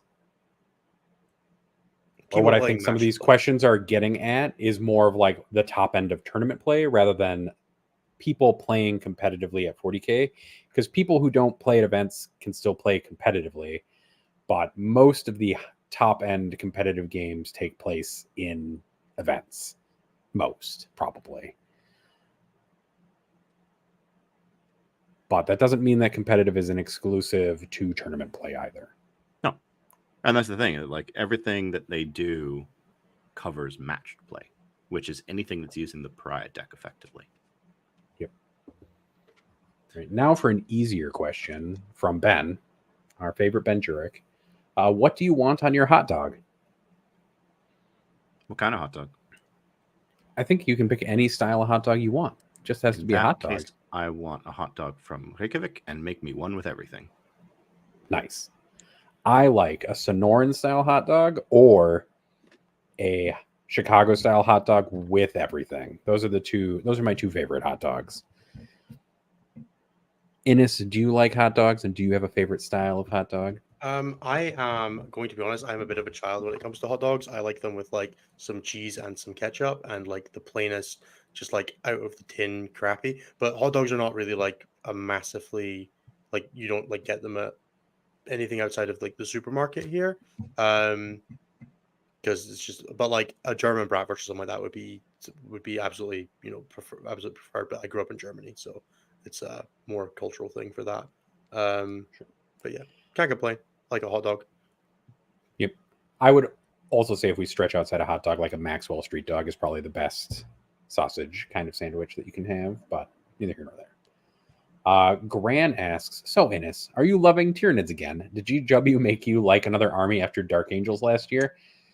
Happy for you if it's like that. I took my Custodes to a major and learned that deep striking a bunch of infantry on turn 2 can be really unfun. Yeah, I've had a great time with Tyranids. Like I've always I really liked the Tyranid Codex when it came out. I was just disappointed with the power level. I spent a bunch of time on the podcast circuit with like Adam Camilleri and that being and 6++ being like, this is a really cool book that's just not powerful enough, and that makes me upset because I want to play it. Like I played for like a 4 fun team event with the 4 Norn list. Had a great time with that, and like I've been playing it casually a bunch. It's like one of the lists that I break out when I'm just like playing games at the local store to like not smash people, but just have like a good time with it. And being able to do that and be competitive with it is great fun. It's unlikely to replace like Blood Angels or anything like that for like if I was going to try and win a super major tomorrow, but it's good fun and that's enough, right? Like I'm happy with the army. Scott Even if M's I question still don't have a reason to pick my Von Ryan sleepers. Fair. They're awesome models and just not very good. Scott M asks, why is it the guard detachment rule feels like lazy rules writing? Sure, it's generically strong to get lethal. What would you suggest for a new guard detachment designed around specific play styles instead of the generic one that they gave it for? Sorry, I decided to read the whole question and find the question in there because there was no question mark. What would you pick as a newly designed guard detachment rule in place of the existing guard detachment rule, which is now you get reroll ones, I believe, against... It's lethal hits against No, specific targets. Lethal yeah, hits, it is infantry get lethal against non-monster vehicle, and vehicles get lethal against monster vehicle. I think it's great. I think it actually is really nice. I think it encourages a very dynamic play style for guard, which is such a difference from I get lethals if I stay stationary, which led to the artillery parks that just suck to play and play against. Mm-hmm. I mean, guard is one of the really hard armies in that it's really easy to get it wrong and it's really hard to get it right. Yep. They did okay in their first week, though. They did very well this week. And the Goonhammer published a little article with the first week of Tabletop Battles app data, and Guard are sitting at like a 55 or 56% win rate in Tabletop Battles, which is pretty impressive, pretty solid. Like that's a 8 or 9 point jump from where they were sitting in Tabletop Battles before. And I will admit I've been messing around with them a little bit, and they're kind of fun. Nice. I would like to see something that was like a little bit more like the Swift is the Wind stuff that they had before, like a detachment that gives you like plus movement on all your stuff, plus movement on your tanks, just made you go fast because that was always cool. It was one of the Yeah. more interesting card builds. And maybe that'll be a codex detachment. It's just this is more of a generic everything works detachment for now. Yeah, exactly. This is your Gladius. It gives Exactly. everything a buff, even if it's a little boring. And for Gladius, it feels pretty good. It definitely feels better now. Like the new detachment role is a huge leap forward, like Jeremy said, because you now get to interact with the game in a way that makes sense. Yeah, and someone just pointing out the regular Lehman Russ that has full rerolls on shit on objectives is just terrifying to look at. Yep. It's really funny to watch the battle cannon come all the way back around to being good again at some point. That's wild to me. Well, it's not the battle cannon, it's the rule that gives it full rerolls on things. Yes, I understand, but it is funny to watch that chassis come all the way back around to being good at some point. I mean, demolishers are probably still king because big gun good. No, not even once. Cam asks, with Blood Angels being the current boogeyman of the meta, what do you feel will be the best answer to that meta? Ooh. Light first, CP increased mechanics, transports are generally the things that Blood Angels struggle into, and high armor, high toughness armor, contempt stuff. So yeah, like 2 up armor contempt, -1 to damage with a Calidus sitting behind you is very funny for someone to try to deal with as a Blood Angels player. Yeah. It looked like the Dark Angels build, while probably not being as good as Blood Angels, was having pretty decent success into Blood Angels, with focus on like inner circle companions with Fight First and Deathwing Knights. So that might be a direction that's worth having a look at. Right. The next, I'm ignoring the second question that you have there, Cam. Sorry. Davin asks, the Baba Yaga of the local meta is too... I like that. The Baba Yaga of the meta. That makes me happy. Is 2 monoliths, 1 Tesseract Vault, some Catans, and a sprinkle of Immortals, and it's tearing received tier list wisdom apart. Few of us can deal with it. Are we just bad, or is this a case of players elsewhere who have yet to try this at scale? I'm going to be really mean. I'm going to say the first one, since you gave me the option of saying you're bad. It sounds like a list that has very little on the ground. And also, I don't know how they're moving a Tesseract. I mean, they're playing on, you guys are playing on GW boards. Everything's going to get shot to bits. I'm sorry. Shoot them back, man. Just shoot them in the face. They'll die. They're not that durable. Also, can you fit Catan's, 2 monoliths, and a Tesseract Vault into a list at 2,000 points? Yeah, and that's why they said a sprinkling. Okay. I'm just like 3 scarabs. There's like 3 scarabs and a dude there. I was just wondering. I'm like, what does that monoliths list are really look like? Each, so that's 750 right there. The Tesseract is 380, I think now. I think it's. I have no idea. I have no concept of what a Tesseract Art costs, and my phone is dead. So it's a Tesseract Vault. But let's say 400 and then 300 for each of the Satans. That's, you're at 1750. 250 to put in some Immortals and some characters. Done. Yeah. Tesseract Vaults are 400. There you go. Shoot them in the face. Just shoot them. Or, hear me out, take their objectives away. Punch them in the face. Most people don't survive that. This is true. Run 3 squads of infiltrators. Don't do that. I hate infiltrators so much. Yes. Build your list exclusively to target that single person's list. If they're playing Hypercrypt, just make it all infiltrators so they never get to move anywhere. 30 infiltrators. Break 30. No. Run 30 infiltrators and 3 squads of henchmen with mystics. And then 30 infiltrators, each one being led by a Phobos librarian. Oh my word. 3-inch deep strike this. Hypercrypts don't interact cult list. All right. How many points? Now that we've gotten like 900 points to do that? It's too many. It's 200, 600 plus 75, 825 points. Yeah, that wasn't far off of the 900. But that does sound like a very funny thing to do if there was anyone who in your meta who wants to do something as dumb as that. Like, it definitely is skew. Like, that's like high toughness vehicle skew, right? And for sure. Sometimes that'll just get you. But if somebody's just exclusively 15 Deathwing Knights, punch them with anti-vehicle 4+. There you go. Don't care that they can get a 4-up invuln because you're only AP2. Exactly. Wasted stats. Play it in Stormlance as well so you can advance in charge of them. All right. Derek asks, with the current meta trending melee/combined arms, do you think factions like Tau and Guard will struggle as more people take strong and fast melee lists? Who said the meta's trending towards melee and combined arms? I don't know. Derek. Just there. Did you not hear him? Derek just said it. Derek diagnosed the meta with trending towards melee combined arms. There's the problem. Look, fast shooting, good. Shoot them Fast shooting, good. fastly. Fast melee, pretty good usually. Durable Manicor's shooting still tends to be good. Rogadorn's Personally, pretty good. all I'm hearing is that fast plus thing you do is good. Yeah, generally. In a game that involves movement and sitting on things? Yeah. Well, that's because Death Guard just plays fortifications. That's true. Fortification. That's why you don't see them at WTC, because WTC bans them. Yes, fast, it's good. Not good, it's just quick. Sometimes being fast is all that matters. What sometimes. Did you think? Yes, that's why I said sometimes, bud. What did you think of the Art of War tier list today? We talked about that a little bit already.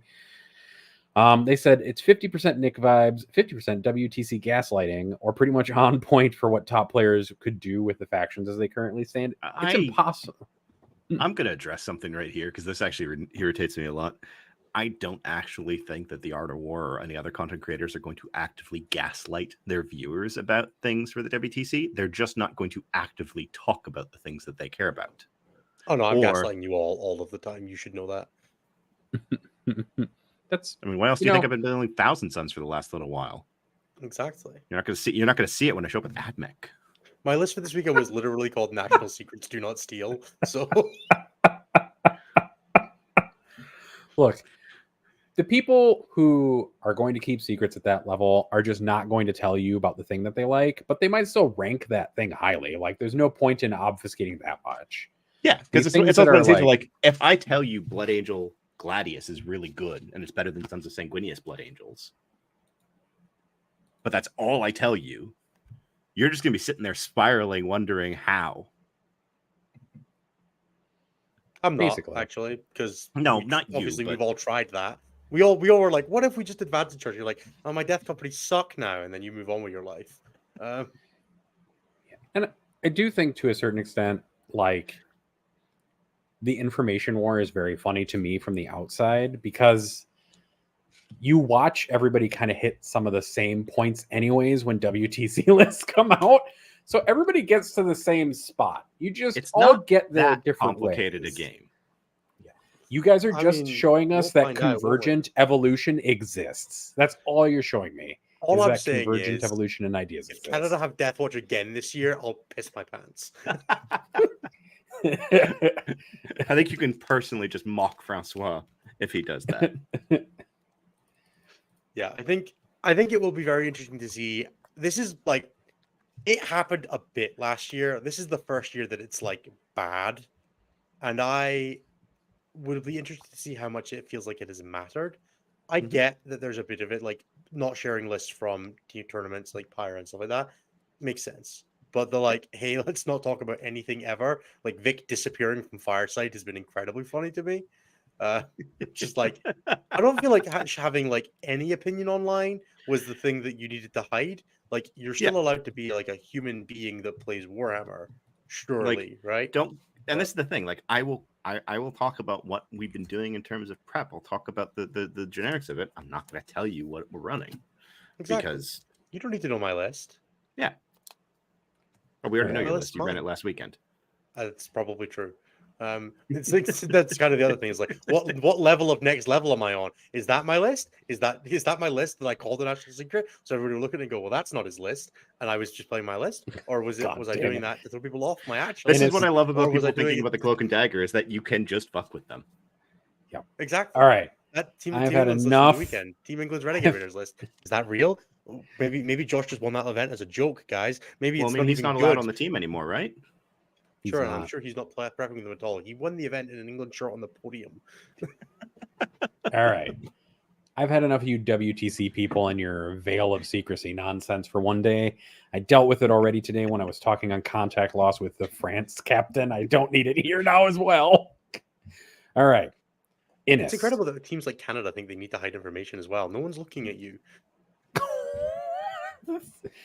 I mean, to be fair, that's true of Scotland as well. Let's not mince words here, bud. I know it is.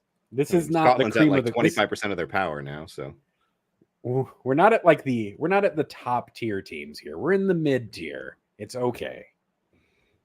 Ines Goran asks, you just said you played 19 games in 7 days. How is everyone in Scotland playing 40K? So I decided that a really smart thing to do would be to cram my usual 5-day work week into 2.5 days at the start of the week, and then go to a friend's house and spend 3 days boot camping, then go to a GT on top of doing my normal coaching requirements, and then came back on the Sunday after the GT and did another half day of coaching. So I played 11 games of 40K with a friend. I played 3 games on TTS, and then I played 5 tournament games. Okay. Derek has a question, which is, do you think a DG Death Guard make a good counter to the Blood Angels menace? No. Like, if Death Guard were good at doing that, they'd have been doing it already, and they haven't been, and that matchup is fine. I think they might blunt them slightly, but the reality is that slow Plague Marines and Rhinos doesn't counter Blood Angels. Yeah, you They can don't have fastly not score against the Blood Angels army. they don't have the fast bit, so they Yeah. can't be good because they don't have the fast part of gun or the fast part of melee. They're just melee or gun. I feel like people oversell how slow Death Guard are. They're not that slow. They're not that slow, but they're slow enough that once you get them out of their transports, or heaven forbid they're running fortifications, and after they've deep struck them, they then, don't go anywhere. Yeah. Plus, Death Guard players are not that good at managing where their heavy weapons are and get scammed by getting charged by a scout squad a bunch. So, all right. Now we have two actually, questions. no. The squad is too big to reliably have all the heavy weapons together and not get scammed by just getting charged by one side. Which happens a lot. Maybe. Oh, you fight first. Cool. I've got a Death Company brick on this side, a Death Company brick on this side, and a Rhino right in the very middle. Have fun killing my Rhino. That's fair. All right. Eric Cultist Chan has questions. The first one is, what do you think about Barbgaunts? I don't think about Barbgaunts. Yeah. They're okay. They're a usable tech piece, but they still don't hit that hard, and they're not very fast. And there are better infantry units to up you downy in Vanguard, and there are better shooting units to build your list around an invasion fleet in Nexus. I don't mind having 1 or 2 squads of 5 because they're pretty cheap, but I wouldn't go past that personally. Yeah, they're right. I don't know. They're fine. They're an Extendea sheet. And then the second question is, a lot of the complaining about secret missions seems pretty focused on teams. How much thought do you think a GW should really pay attention to fan formats? Basically not at all. That's why it's okay WTC balances its own game, because WTC does not have WTC should not be influencing the decisions of Games Workshop outside of if any lists show up that are obviously fucked. It's a great place to identify them at the beginning, but teams can balance itself. That's part of the appeal of it, right? The team format works that way, and generally lists that are good in teams tend to trickle out into single format and kind of repercussionally get banned. Also, I think what that does mean is that people need to shut the fuck up when WTC makes a decision for its own game set and not judge it for being whatever. If the WTC format decides to ban secret missions and then WTC events that are playing singles to test for WTC say no secret missions, you have to shut the fuck up if you're going to go to it. But that's, fair. If you're yeah, it's a fan format, but I am complaining at the fan format for making itself work, then that's on you. So, yeah. I think if WTC decides to ban secret missions, which I don't think it will, then that's their decision. And if you have a problem with that, shut the fuck up and stop paying attention to WTC. That's your prerogative. But it's, whatever. Yeah, and I think the GW will pay attention to it. They looked very closely at the impact of gambits at the first few events to see if they were having a significant spoiler effect. Turns out they weren't. I think it was 1 game at all of Tacoma that flipped on a gambit. It was one out of I think it was a 6% success rate of the ones that a gambit was actually done in. It was a small subset of games that actually did the gambit in the first place. It is, and this is also why things I'm gonna call him out here, but this is why things when Scary puts out a video saying he won a tournament after having gambited in 1 round get so much attention, because it was a unusual oddball event, and it wasn't something that you would ever really plan on. Secret missions are definitely going to be more impactful, but I also think that they're better written and a little bit easier to understand how to play against them. Then our last Discord question is, if each of you had to create a fake bit of WTC PSYOP info, what would it be? Also, before we go into the questions answer, PSYOP is like the word of the day today, apparently, in the Discord. Just putting it out there. Everything's a PSYOP, but what PSYOP would you create for WTC? That you should all be running Eldar with lynxes so that you can take advantage of the pivot rule so that you can get deep strike charges off easier with them. One of Team Canada's players has been bribed into playing a Tantalus in all of his practice games and has successfully convinced 3 other teams to do it, and you should follow suit. Unfortunately, the Tantalus is on an oval base, so that doesn't work. I didn't say it was anything to do with the pivot rule. Like, they've been doing it and doing well. No, the real sound in this on Tyranids now. My the fake bit of true PSYOP WTC information is that I'm actually secretly I'm playing Gene Circle for WTC, and I will be playing the one that's mixed with Guard Brothers, yeah. And I will be playing because I have actually bought that box set exclusively for the Brew Brothers models, so that I could play Kazarkin in my GSC army. Can I have the Jaegers then? Because those are kind of hard to find right now. Yeah, if you want them. I mean, they're £200, but we can make a deal. I'll see what Dan will send you. That's how you end up with a box full of Legends stuff. I'm not sure I want that. I own enough Contemptor Dreadnoughts and Demacarons. My WTC PSYOP is that actually secretly everything's going to be decided by who brings the best food. Nobody cares. That's why I've been asking you all these food-related combat questions on the WTC interviews. To prepare myself. The real PSYOP is the WTC. Nobody actually cares about WTC anymore. War Masters is the significantly more important tournament as it outstrips it in player base by 50% to be like the 3rd largest singles tournament of the year. Yeah, it is. The only ones that outclass it at this point are LGT and LVO. Oh, apparently the Tantalus ships with a round base, just as an aside. I do love how I put that out there, and people are like, well, actually. Yes, Ashley Thompson actually you immediately by saying, actually, Jeremy, it ships on a 60 millimeter. How does it stay up on a 60 millimeter round base is the better question. The most important thing about the Tantalus is that every time you try to eat it, it disappears and you can't seem to eat it. And that's very frustrating. So we have 2 YouTube questions that I pulled out. They're both from the same person, Simon Harris. The first one is, lads, thoughts on Calidus now for Imperium armies? Amazing. Melee armies, yes. Ranged armies, probably not. Is basically what I landed on. She's still an Uppy Downy model, and melee armies really don't run it like running into Vect Aura when they want to pop all of their buff strats. That's true. No. What, you'd like to Lance Lethal? Yeah, let it be 2 CP, please. You'd like to AOC after I interrupt? No, that'll be 2 CP, please. All right. And the second question from Simon is, how did the AdMech games go? Sorry. Thoughts post Pariah. All right. Like, Breachers are still a really, really messed up data sheet. The Chickens are a lot more interesting now with more shots. Like, they were fine. They were like, again, one of those armies that if I had 3 months of this pack to test for WTC, they would definitely have been like in consideration for like slot 7 through 10.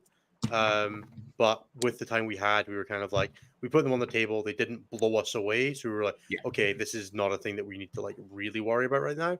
Let's make sure we understand it and move on rather than like really deep diving it. I don't think that's going to be a PSYOP hot take for anybody. Is that AdMech, you could, if you have a player who's really willing to put the time into it and took them to WTC, they would probably do completely fine. And not a lot of teams are going to have that guy. I will say double doctor for the Scorpius Disintegrator is very funny. Yeah, it is. I personally really like Radzone Core. I think it's the most interesting one, and I think the Battleshock mechanic is better than people give it credit for. Tyranid player says Battleshock mechanic is better than people give it credit for. Also says Data Breachers is fucked up. That work? Yeah. Then say, since a lot of people complained that we didn't talk AdMech at all. Oh man, my internet just... Yeah, my internet did a weird rubber band there. I was going to say, some people complained about us not talking about AdMech at all in the Pariah Nexus review. So do we want to talk very briefly about thoughts No, about not really. AdMech in singles instead of in teams? I actually think it's going to be significantly further if we just don't now because someone complained about it. Okay. Yeah. All right. We're not going to talk about it. You have to ask nicely. Exactly. You have to super Right. chat it appropriately. I'm going to do the second layer of plugs. There are a bunch of awesome people that make the Stat Check shows possible. You can check them all out in the description. That's going to be J15 Games. That's going to be Saltar Games on Etsy. That's going to be Whale and Yutani for terrain and other hobby needs. And also the Red Dragon, who you can get a discount code 20% off through our Patreon, and who will be able to find all of your hobby needs at red-dragon.ca. Please do check all of them out. They make everything we do here possible, and we are very, very thankful to all of them for helping us out. You can also check out all the other shows on the network. That's XM1, Enter the Matrix, Champions of 40K, and Take All Comers, as well as the new stat reps that Take All Comers have been doing. You can check all of them at youtube.com/statcheck. We love all of the other shows on our network, and it is one of the greatest statuses that I can never seem to find the time to listen to all of them and never know what's going on with them, because I try to consume the least 40K content I can when I'm not doing it actively as a job, because otherwise my head will turn to mush. But I even I still watch the stat reps because they're just good content. Lastly, you can check out coaching at stat-check.com/coaching, or drop us an email at coaching@stat-check.com if you would like to hear from either myself, Jeremy, Typhus, Nicholas Olsen-Johnson, or Tyler. We'd be more than happy to help you out with growing as a 40K player in this new world of Pariah Nexus, whether it's getting better for an event, getting better long term, or just prepping up your new list. Drop us a message. We would love to help you out. I think that's all the shit I have to plug, as well as the things that we plugged earlier. And I'm hoping people are enjoying the new shortened and spread out plugs, because it hurt my head doing it for like 15 minutes as well. All right, it's time for the $15 a month tier. We have that thing, and then I get to the outro. All right. Before we do the $15 a month tier, I've been doing all the WTC captain interviews with Contact Loss, at least most of them. Go check them out on YouTube at youtube.com/Contact Lost, I believe, where you can see me and Joker and Danny interview some folks. Mostly me and Joker, or mostly Joker. All right. The Cult of the High Five callouts are something we do every episode. If you join our $15 a month tier, you get to go into this spreadsheet, put your name in it, and put your callout name in it, and then I will read it as it exists in that Excel document. If I'm in there again, I'll bite someone's nose. I'm not going to say anything. But what I will say is that because our Cult of the High Five people who do this are a bunch of chaotic goblins, this is going to be really weird, and I love it. And thank you, chaotic goblins. Someone cashed in the big tournament as well. Don't delete them, Jeremy. I saw that. I didn't do that. That wasn't actually me. Oh, somebody deleted it. All right. Somebody is live editing this, and you can't do that. It was 100% me. I don't know what the fuck you think was happening. I, of course, deleted my name from it because I'm not in there. Because they keep adding his name into All it. All right. The first thank you goes to Christopher, Dan F., Ayer, Irvine. Thank you, Willow Weeks. Thank you, Dan F. Thank you, Luke, Dan F. McCarthy. Thank you, David Clark. Thank you, Ayer. Thank you, James H. Thank you, Colton, Dan F. Miller. Thank you, Fungus. Thank you, John, Dan F. V8 Gang. Thank you, Blank Line, that Innis's name was previously in. Thank you, F. Dan, Morton, Hog Emoji. Thank you, Archon, Harlequin's Detachment, Waiting Room, Rahal. Thank you, Josiah Gaddle. And then thank you, Frankie Danf Fresh. I don't know how to read the opposing capital. You have to like alternate like the stress symbol. So it's like, let's try this. Let's try this again then. Frankie Dan F. Farash. I don't know, man. I'm out of ideas. Yeah, I don't know either. It's all right. Too many uppy downies. If you want to also have your name called out during the course of the end of the show, you have to join the $15 a month tier to get that benefit, along with crisp high fives at events that we're at and other personalized benefits that are detailed in the tier on patreon.com/c/statcheck, I believe. Yeah, the cash in a bait good for me at tournament tier does not exist, but it can.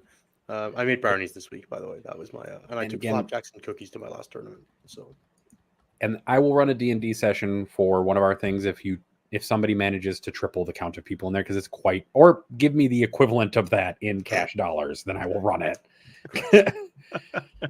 Careful. There. Anthony learned the hard way what happens when you set a monetary value on things. If somebody PayPals me like $2,000, I'll run a campaign. I don't care. but I'm not doing it otherwise. This is why I always set my stupid ones really high. Like, you know, I'm I just like, mean, yeah, it'll need to cover the cost of me doing 2 other tournaments and the one I'm going to be Make doing. up Like, for the I pain was of like, that one. yeah, exactly. Someone was like, how much would it cost for everyone? I was like, $5,000, and no one was that stupid. So I got to take what I wanted to LVO. Like, that's how you got to do it, guys. You can't go Look, around like yes, having to yes, play. Ben, and yes, Ben McJurek. I said I would DM a game for the Stat Check crew and even run it. We'll run it using the new D&D 1 stuff even when that's released later. But if you guys send me $2,000, I'll do it for them because that's going to require me to do a bunch of shit. And that's a lot of time investment. There you go. If you figure that out, let me know. Otherwise, All right, no. guys, I'm going to do the outro. Thank you so much, everybody, for being with us for this episode of Stat Check. We will be back next week for episode 99, which will be the last show of secrecy. Well, of some levels of the secrecy, at least. We'll know what the lists are for the show after that. We have some really, really special stuff planned for episode 100, so we're really looking forward to having you all back for that. It will be the first show that we are live post WTC.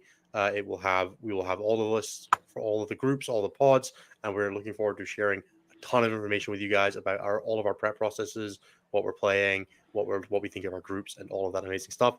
We have some special. Hopefully, we're going to be lining up some special guests to come on intermittently throughout the show. So yeah, please do check back. But we have episode 99 to get through first, which is another really cool number, and it is technically not one of the problems, I think. So I hope everybody has a great time. If you're at a tournament this weekend, very best of luck. If you see any of us at that tournament, come say hi. I don't think any of us are there, but if somehow I manifest at a tournament that you're at, I guess if you're at Pariah, because I'm in Poland this week, come say hi, which I'm sure will not be difficult because I'll know basically everybody there. Otherwise, have a great week. Smash out some 40k, play some Tyranids. They're great fun. Nathan, do the thing. Bye-bye.